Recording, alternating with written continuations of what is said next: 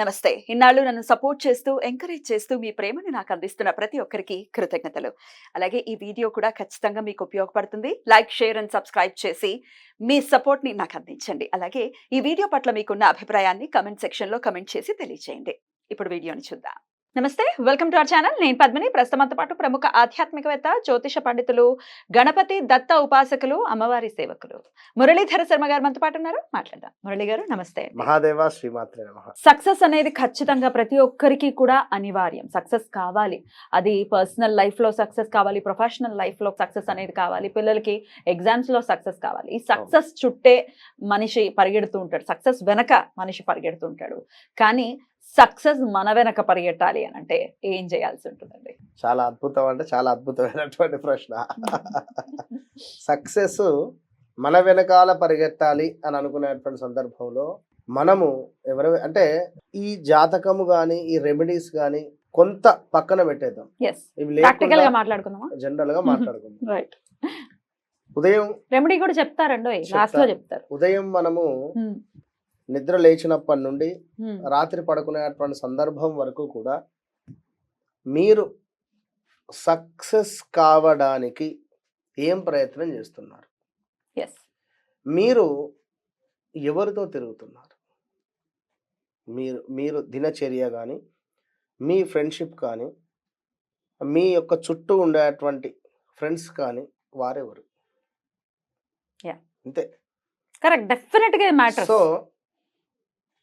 ఇందులో ఎవరు మీకు మంచి విషయాలు చెప్తున్నారు, ఎవరు మిమ్మల్ని అంటే టాప్ అబ్రాడ్ అంటే లైక్ అంటే గొప్ప గొప్ప విషయాలు ఎవరు మాట్లాడుతున్నారు?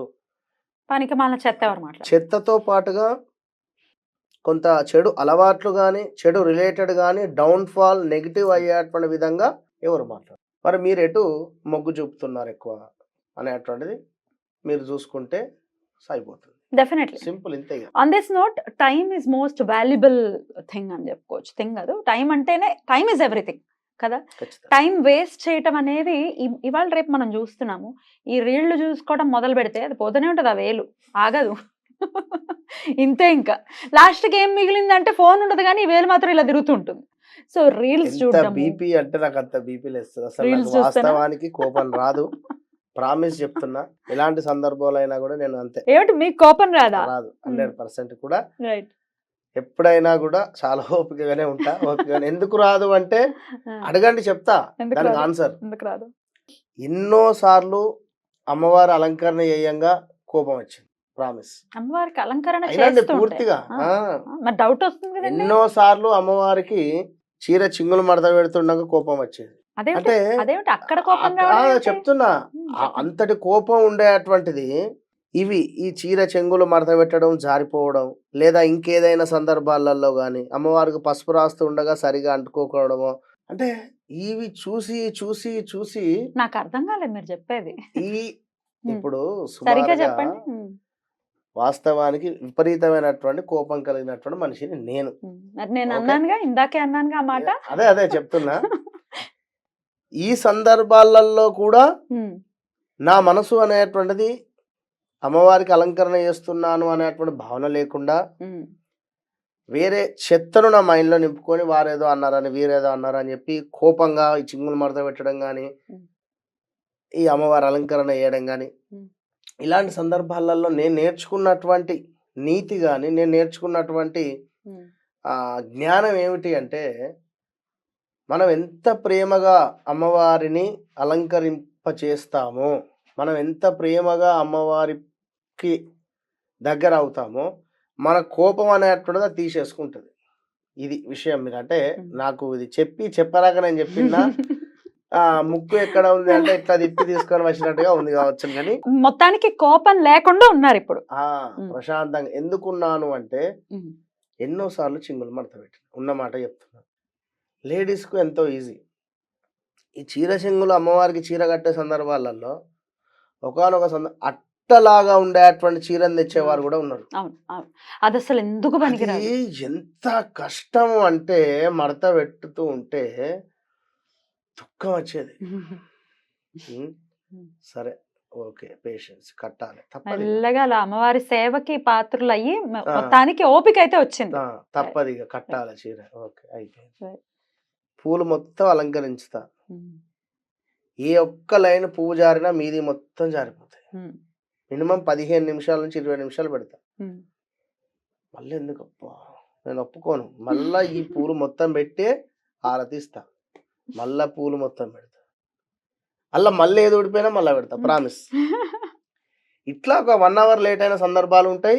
బయట భక్తులు కూడా తిట్టుకొని వెళ్ళిపోయిన సందర్భాలు కూడా ఉంటాయి. ఇంతసేపు మాకు ఆఫీస్కి టైం అవుతుంది, డ్యూటీకి టైం అవుతుంది, నేనేం చేయాలి అంటే, ఈ యొక్క కలియుగంలో వాళ్ళు విగ్రహ రూపకంగా ఉన్నారు. ఉమ్, వారిని ఎంత అందంగా చూపెట్టడము అనేటువంటిది, అంటే అందము అంటే నేను చెప్పేటువంటి ఆ ఒక స్వరూపం, అందమైనటువంటి స్వరూపంగా మనం చూపించాలి.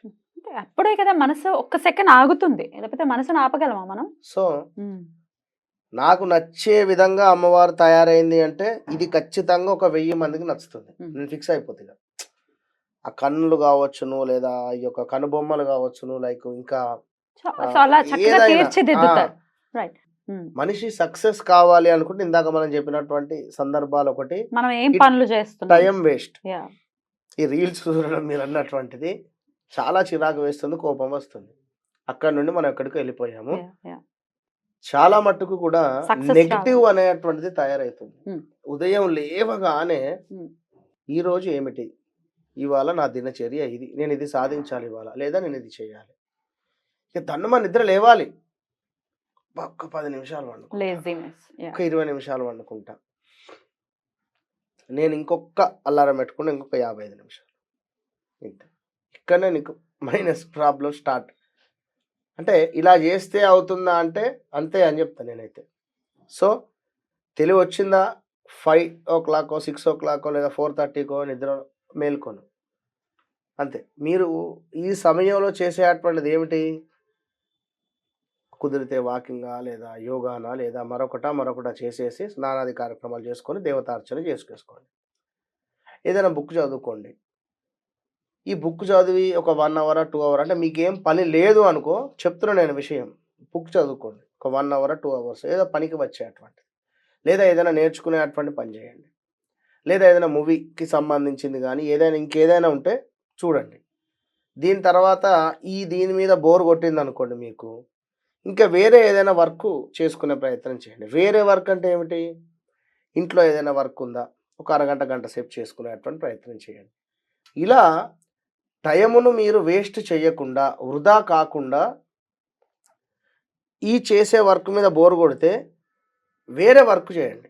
ఖాళీగా ఇది అంటే నేను చెప్పేది మంచిగా, ఇప్పుడు మీరు ఇంటర్వ్యూ చేస్తున్నారు ఉదాహరణ, ఇంటర్వ్యూ చేసి బోర్ కొట్టిన సందర్భంలో భగవద్గీతకు సంబంధించిన 2 శ్లోకాలు చూడడమో, లేదా ఇంకేదైనా చేయడం ద్వారానో, లేదా ఇంకేదో ద్వారానో, మీకుండేటువంటి జ్ఞానం ద్వారానో ఎన్నో విషయాలు మీరు మాకంటే ఎక్కువగా కూడా, ఉదాహరణ చెప్తున్నా, చాలా విషయాలు కూడా చెప్పగలుగుతున్నారు.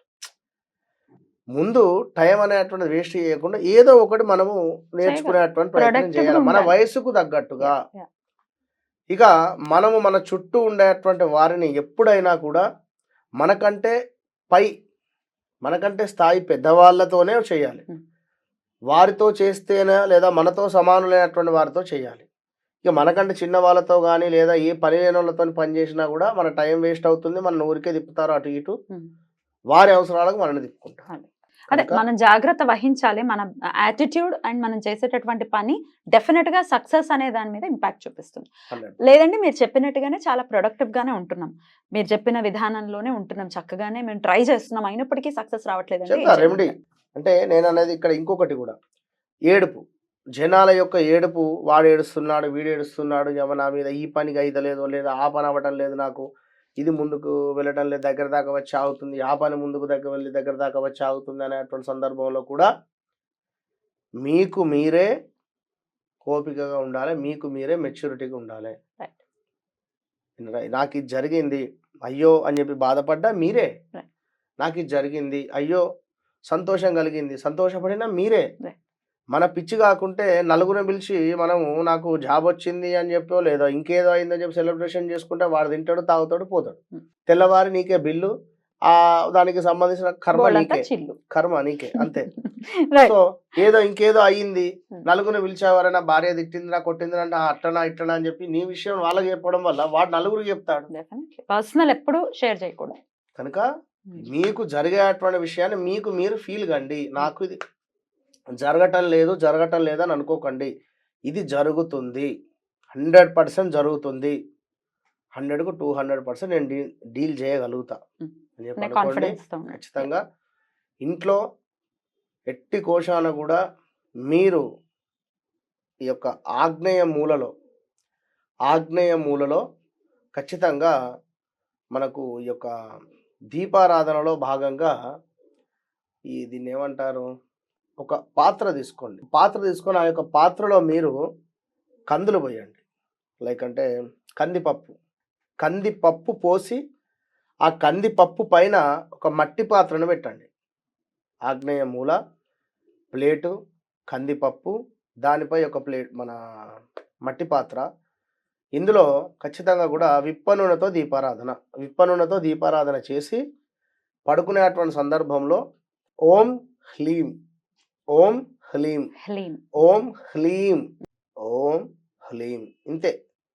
ఓం హ్లీం పడుకునేటప్పుడు పడుకునే ఒక 10 నుంచి 20 నిమిషాల ముందు మీరు ఏ అవస్థలో అయినా ఉండండి, చక్కగా పడుకునేటువంటి సందర్భంలో చక్కగా ఓం హ్లీం ఓం హ్లీం ఓం హ్లీం అనుకుంటూ ఏదైతే పని ఉందో ఆ పని నాకు అవుతుంది అనేటువంటి భావనలో ఈ ఓం హ్లీం అనేటువంటి ఇది మోస్ట్ బీజాక్షరాలు ఇది అనుకుంటూ పడుకోండి. 100కు 200% అద్భుతమైనటువంటి రిజల్ట్ మీకు 11 నుండి 21 రోజుల్లో వచ్చేస్తుంది. రైట్, బ్యూటిఫుల్ అండి. చాలా చక్కగా అంటే ప్రాక్టికల్ గా ఎటువంటి మార్పులు తెచ్చుకోవాలి అనే విషయంతో పాటుగా ఈ రెమెడీస్ ని కూడా చెప్పారు కాబట్టి సమయం లేదు కనుక చాలా తక్కువ చెప్పిన మీరు. ఆ కందిపప్పు దాన్ని ఏం చేయమంటారు? తర్వాత దానం ఇవ్వాలి. బ్రాహ్మణులకి దానం ఇచ్చేయచ్చు, లేదా అంటే పిండి వంటలుగా చేయొచ్చు దాన్ని. ఏది మన భక్షాలు అంటారు, లైక్ అది ఏది నానబెట్టిన తర్వాత